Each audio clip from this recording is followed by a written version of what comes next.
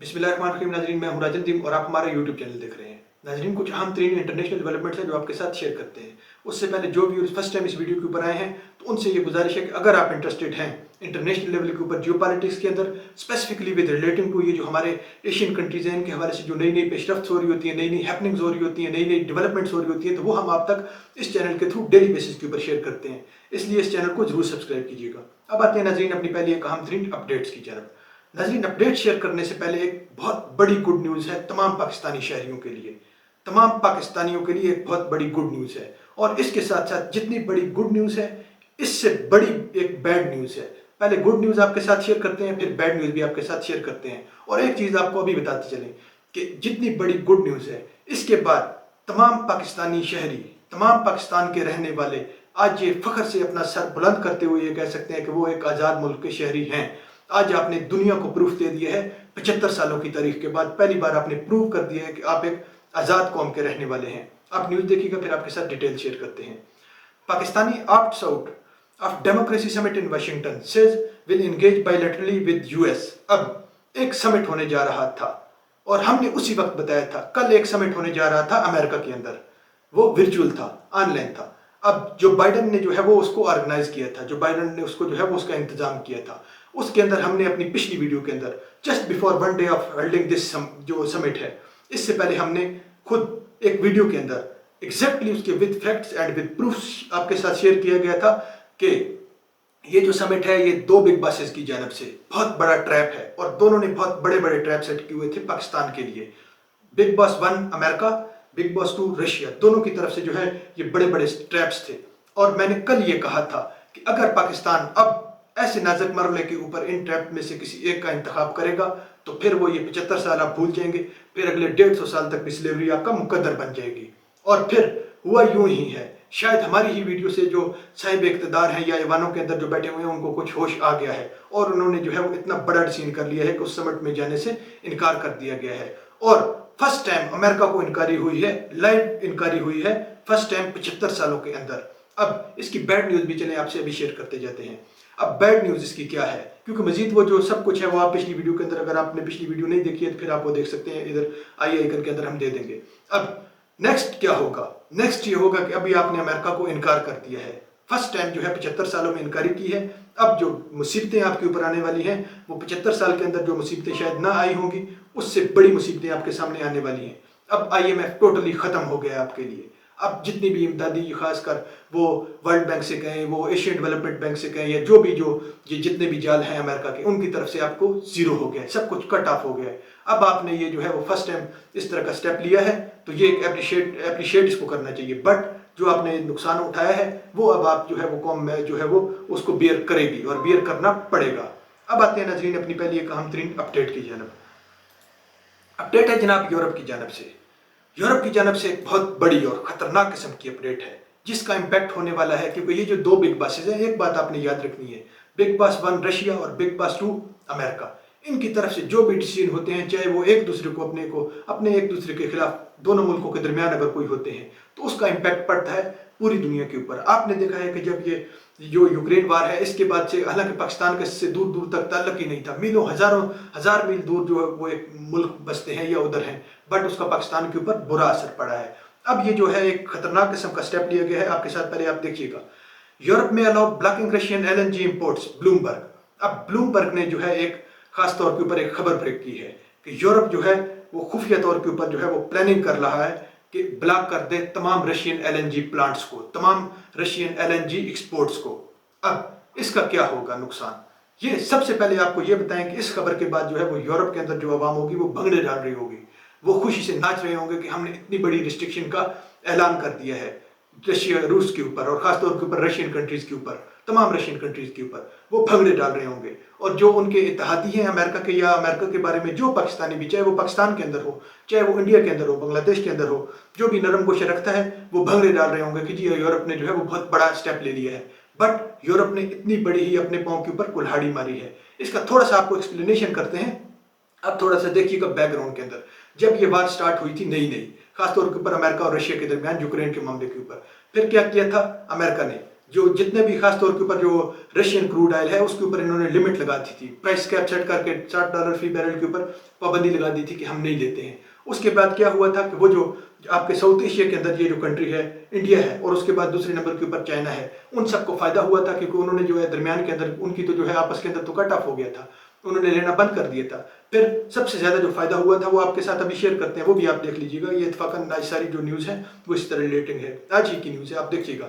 Russian oil sale to India saw 22-fold surge in 2022 Moscow says. अब ये भी American एक न्यूज एजेंसी का एक जो है वो आपके साथ शेयर किया है रिपोर्ट, तो ये भी है किसी सूरत भी झूठी उसके ऊपर या इसके अंदर जो है वो शक भी नहीं किया जा सकता क्योंकि ये अल जजीरा बहुत जो है वो अहमियत की हमल जो है वो न्यूज एजेंसी है। अब उसके बाद क्या होगा ये आपने देखा है, उसके बाद जब उन्होंने पाबंदी लगाई है यूरोपियन और अमेरिकन कंट्रीज ने रशियन ऑयल के ऊपर, तो उसके बाद जो है वो इंडिया को कितना फायदा हुआ है ये आपके सामने है। पहली बार जो है वो 22 सालों में रिकॉर्ड टूट गया है कि जितना उसने ऑयल इंपोर्ट किया है रशिया से।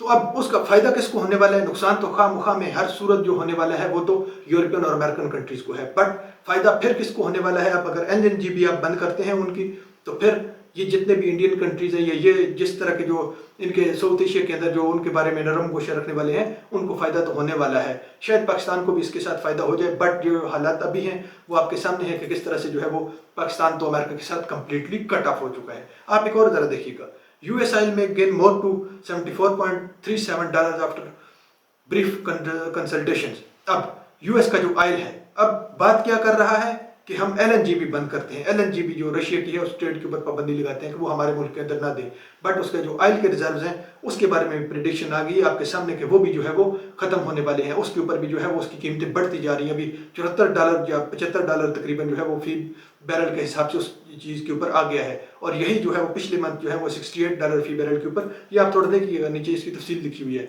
इस जिस लेवल के ऊपर था उससे भी अभी बढ़ता जा रहा है और ये मोर बढ़ेगा, इसके अंदर जो है वो अगेन इजाफा होगा और इसका इम्पैक्ट जो है वो तमाम जो है जितने भी ये खासतौर के ऊपर पाकिस्तान है इसके हवाले से आप इसके साथ साथ आप और देख लें चाइना है, इनको भी इम्पैक्ट होगा क्योंकि अभी भी ये जो ऑयल ले रहे हैं वो इनका जो एक डीलर है पक्का, फिलहाल अभी तक रशिया के साथ कोई मुआहदा जो है वो नहीं हुआ है, उसके ऊपर पहुंचे नहीं है, बट इसका इम्पैक्ट पाकिस्तान के ऊपर भी होने वाला है। आप देखिएगा अगली एक न्यूज़ है आपके साथ शेयर करते हैं। China spend $240 billion बेलिंग out of belt and road country study show.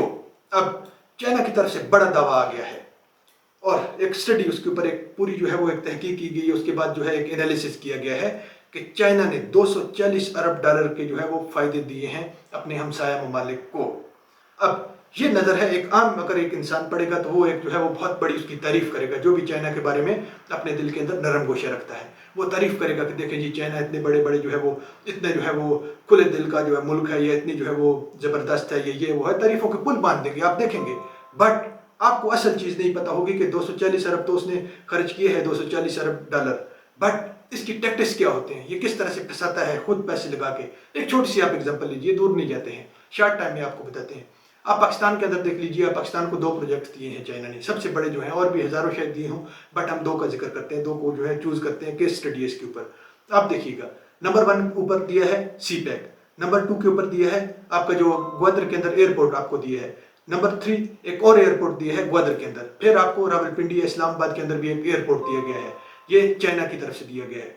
अब चाइना क्या करता है, किस तरह से ये तमाम जो गरीब तर ममालिक होते हैं उनको फंसा लेता है अपने जाल के अंदर, उनको ऑफर्स करता है बड़ी बड़ी ऑफर्स, हम आपके मुल्क में इन्वेस्टमेंट करते हैं, हम आपके मुल्क में खुद ये आपको ये प्रोजेक्ट बना देते हैं, XYZ जो भी बना देते हैं। लेट्स सपोज अब जो वो एयरपोर्ट दिया है उसके अंदर कहा है कि हम आपको एयरपोर्ट भी बना के देते हैं, इस्लामाबाद के अंदर भी दिया है और ग्वादर के अंदर भी दिया है, दोनों की सेम पोजीशन है, दोनों से सेम डीलिंग है। अब आप एक करके वो उनको समझिए, दोनों को कहा कि हम आपको बना देते हैं और आपने पैसे भी अभी नहीं देने हैं, और पैसे भी नहीं देने हैं अभी, पैसे आपने जब आपके पास होंगे तो आप साथ साथ पैसे दीजिएगा, आप किस्तों में उनकी दीजिएगा। फिर हम तो पाकिस्तानी कौम है, जाहिर है ये तो जिनको जितना जोश है या सब कुछ है वो तो खुशी से उन्होंने कहा कि जी भंगड़े डाले हैं कि जी चाइना हमारे मुल्क के अंदर इन्वेस्टमेंट कर रहा है। बट वो क्या हुआ कि कंपनी उसके अंदर शर्त ये होती है चाइना की, हमेशा आप देखिएगा उसके अंदर 99% जो कॉन्ट्रैक्टर होते हैं, जो उनके ठेके होते हैं, वो सबको चाइना अपनी कंपनियों को देता है, अपने मुल्क की कंपनियों को, और वो खुद उनकी अपनी ही कंपनियां होती हैं, वही आएंगी, वही आपके अंदर मुल्क के अंदर बनाएंगी इंफ्रास्ट्रक्चर, आपको डेवलप करके देंगी। इसी तरह बड़ा प्रोजेक्ट जो भी बड़ा होगा प्रोजेक्ट जिस तरह का भी होगा, चाहे वो सी पैक है, अभी आप उसको भी केस स्टडी कीजिएगा, तो फिर उसके बाद से जो है वो आप तो खुश हो जाएंगे कि जी भंगड़े डालेंगे कि हमें जी बना के दे गया फलाना ये है वो, बट वो आपके कंट्री के ऊपर वो हमेशा के लिए एक लायबिलिटी होगी। आपने उसकी हर महीने के बाद उसकी किस्त देनी होगी, हर साल के बाद उसकी पेमेंट करनी होगी। अदरवाइज यही हालात है कि 80 अरब डॉलर से ज्यादा का पाकिस्तान का कर्जा बन चुका है इन्हीं प्रोजेक्ट्स के ऊपर। थोड़ा आप ये चीज़ जो है ज़हन के अंदर रखिएगा। फिर ये जो कागजी बातें हैं इनके ऊपर बिलीव करने से जो है वो आप जरा रिसर्च किया करिए। नाज़रीन, अगली एक दिलचस्प स्टेटमेंट है और दिलचस्प किस्म की जो है वो खबर भी है और हैरत अंगेज किस्म की खबर भी है इंडिया की तरफ से। आप थोड़ा देखिएगा। Department of immigration, Nepal government issue red for fugitive Amritpal Singh. अब अमृतपाल सिंह हो या खालिस्तान मूवमेंट हो या वारिस पंजाब दे हो, इस सब के ऊपर हम अपने पिछले व्लॉग के अंदर completely with facts and with figure discussion कर चुके हैं। अब अगर इसके ऊपर डिस्कशन करेंगे तो ये व्लॉग काफ़ी लंबा हो जाएगा। बट अब आते हैं टू द पॉइंट। एक चीज़ आपको पहले बताते हैं, इंडियन अवाम के साथ हमारी कोई दुश्मनी नहीं है। इंडियन अवाम नहायत ही मासूम और ज़बरदस्त है और दिल के साफ है। हमारी जो इसका जो जिम्मेदार है या जो रिस्पॉन्सिबल है वो ओनली वन पर्सन है, वो है मोदी, नरेंद्र मोदी। उसके साथ जो भी है वो उसके साथ जो इशू है। अब आप थोड़ा आगे देखिएगा, आगे अब चलते हैं। अब उसके पीछे जो मोदी सरकार की अपना अहली देखिएगा, क्योंकि इसका सारा इल्ज़ाम लगा रहा है। इसकी बहस करने का मकसद ये है कि ये ISI ने किया है। वो आलमी लेवल के ऊपर UN के अंदर जाके उनके जो है वो जो मिनिस्टर्स हैं, फॉरेन मिनिस्टर्स हैं, वो कह रहे हैं कि जी ये पाकिस्तान को बदनाम करने की कोशिश कर रहे हैं, इसलिए हमने मुनासिब समझा कि आपके ऊपर इसके ऊपर डिस्कशन की जाए। अब वो कह रहे हैं जो उसकी स्टेटमेंट है उसकी आप पहले तो ये थोड़ा आप देख लीजिएगा मोदी सरकार के उसके ऊपर क्या अप्रोच है। 80,000 पंजाब पुलिस के एहलकार, 2,000 से ज़ायद रेंजर, इसके अलावा और एक और फोर्स है। अब वो ज़हन के अंदर नहीं आ रहा, जिस तरह से डोलवन फोर्स है इधर, उस तरह भी एक जो है वो डिफेंसिव फोर्स है, वो भी पीछे लगाई हुई है। 3,000 से ज़ायद एहलकार, मीन ये 85,000 से ज़ायद जो है अफराद उसके पीछे लगे हुए हैं और उसको पकड़ने में नाकाम है। और उसकी रीज़न क्या देते हैं? 50 से ज़्यादा पिछले 2 हफ्तों के दौरान 50 से ज़्यादा अमृतपाल सिंह की CCTV फुटेज लीक हो चुकी है। वो किस तरह से, कौन लीक कर रहा है? वो जस्ट पंजाब पुलिस और पंजाब की जो मोदी सरकार है, इसके जो जंत्री मंत्री जो कुछ भी XYZ वो कर रहे हैं। अब वो इसके ऊपर नाकाम है एक तो, और वो फुटेज कौन सी कर रहे हैं? वो कोई इस तरह कर रहे होंगे कि जी आज वो इधर गया है, वो उधर रहा है, रात रहा है, तो सुबह हमने फुटेज ले ली है। वो कभी वो गधा गाड़ी के ऊपर सवार होगा, कभी वो रक्षक के ऊपर होगा। फुटेज आप देखिएगा नेट के ऊपर पड़ी है, कभी किस चीज़ के ऊपर होगा, कभी किस चीज़ के ऊपर। बट उसका सब फुटेज के अंदर एक चीज़ कॉमन है, उसका फेस क्लियर नहीं है। किसी एक फुटेज के अंदर भी उसका फेस आपको नजर नहीं आएगा। ये तो होगी मोदी सरकार की नाकामियां। अब आते हैं इस चीज़ के ऊपर। अब मोदी सरकार के खिलाफ आप थोड़ा एक चीज़ सोचिएगा। आप एज अ इंडियन आप पूछिएगा, अगर कोई इंडियन देख ले तो वो एज अ इंडियन सिटीजन उससे पूछे, सवाल करे इंडिया मोदी से। सवाल ये करें कि ये जो जितनी तहरीकें चल रही हैं मोदी के खिलाफ, जिनका जिम्मेदार वो ISI को या पाकिस्तान की एजेंसीज को ठहरा रहा है, वो जस्ट उन्हीं कंट्रीज में चल रही हैं जो इंडिया के नहायत जो है वो क्लोज है, जिनके साथ जो है वो उसके अच्छे तल्लुकात हैं। नंबर 1 आप ले लें मिसाल के तौर पर न्यूजीलैंड। न्यूजीलैंड के अंदर भी उसका जो फॉरेन जो उधर एम्बेसी का जो वो है एम्बेसडर, उसको भी बुलाया हुआ है, क्योंकि उधर भी एहतजाज हो रहे हैं इंडिया के खिलाफ। ऑस्ट्रेलिया दूसरे नंबर के ऊपर, ऑस्ट्रेलिया के अंदर भी इसी तरह एहतजाज हो रहे हैं इंडिया के खिलाफ। और वो इंडियन जो है इंडिया के ऊपर जो है गद्दारी के मुकदमात इंडिया की आवाम चला रही है और उसका भी एम्बेसडर आपने बुलाया है। तीसरे नंबर के ऊपर जो है वो US आ जाता है, फिर UK आ जाता है। सब ममालिक से वो खासतौर के ऊपर उन्हीं से जो इत्तेहादी हैं अपने। अब मोदी को ये समझ नहीं आ रही कि ये आपके लिए रिजीम चेंज ऑपरेशन किया जा रहा है, ये मोदी सरकार को अपनी सीट से हटाया जा रहा है। क्योंकि आप थोड़ा आगे देखिएगा, आपके साथ एक और चीज़ शेयर करते हैं। अब आप थोड़ा देखिएगा इसके अंदर। We are watching US state department on Rahul Gandhi disqualification from Indian parliament. अब राहुल गांधी जो अपोजिशन के अंदर जो है वो मोदी का जो है वो अपोनेंट है और पॉपुलर लीडर है, जिस तरह से इमरान खान है, बिल्कुल इसी तरह से उसकी पॉपुलरिटी है। आप थोड़ा उसके ऊपर सर्च कीजिएगा। अब उसको जो है मोदी सरकार ने डिस्क्वालीफाइड कराया जो है उसके ऊपर जो है वो अपनी अदालतों से, क्योंकि वो मोदी की अदालतें हैं, वो इंडिया की अदालतें नहीं हैं, हरगिज़ नहीं है। अब आप थोड़ा देखिएगा, मोस्ट पॉपुलर लीडर है, आप थोड़ा देखिएगा इसके ऊपर। अब क्या होता है, उसको डिस्क्वालीफाई करा देते हैं और अब आप अमेरिका इसके ऊपर आ जाता है आपके सामने। अमेरिका के स्टेट डिपार्टमेंट की जानब से आप देखिएगा, US state department Rahul Gandhi के ये जो सब माजरा चला है, अभी स्ट्राइक वगैरह शुरू हैं, धरने शुरू हैं, बड़े बड़े एहतजाज शुरू हैं, उसके ऊपर अमेरिका आके कहता है कि वी आर वाचिंग। ये उसी तरह से रिजीम चेंज करवाया जा रहा है जिस तरह पाकिस्तान के अंदर करवाया गया। और पाकिस्तान के अंदर हालात अब जो भी इंडियन देख रहे हैं उनको पता होना चाहिए, जो हालात हुए हैं वो सब कुछ अभी इंडिया के ऊपर आने वाले हैं। ये आप हालात देख लें। इसके अलावा एक और आप चीज़ देखिएगा, ये भी आज की है, आज इत्तेफाक की बात है, सब चीज़ें जो है रिलेटेड आपके सामने आ रही हैं। भारत में अलहदगी पसंदों की कार्रवाई, पुलिस एहलकार हलाक। अब पिछले जो है वो काफ़ी अरसे से 2 हफ्तों से मुसलसल इंडिया के अंदर इस तरह की तंजीमें उभर रही हैं। क्यों उभर रही हैं? वो मोदी सरकार की नाअहली की वजह से। जितनी ज़्यादा गुर्बत बढ़ती जा रही है, जितनी ज़्यादा बदअमनी फैलती जा रही है, इसके पीछे एक है, वो मोदी सरकार है जिसने हकूक सलब किए हुए हैं अपनी इंडियन आवाम के। तो ये चीज़ें जो है वो उसको समझ आनी चाहिए। अब नाज़रीन एक और आपके साथ अपडेट शेयर करते हैं, फिर आपसे इजाज़त चाहते हैं। अपडेट है जनाब, खासतौर के ऊपर पिछले 3 महीनों से US के अंदर जो है वो एक बहुत बड़ा इंकशाफ हुआ है। आप थोड़ा देखिएगा, 3 months into 2023 and 9,800 killed in gun violence in US। अब 9800 बंदा इस नए साल के दौरान 27 मार्च तक, नीचे एग्जैक्ट डेट लिखी हुई है 27 मार्च 2023, 9800 बंदा मर चुका है गन वायलेंस की वजह से। इंशाल्लाह नेक्स्ट व्लॉग में मिलते हैं। अपना ख्याल रखिएगा और अपने इस चैनल का भी। अल्लाह हाफिज़।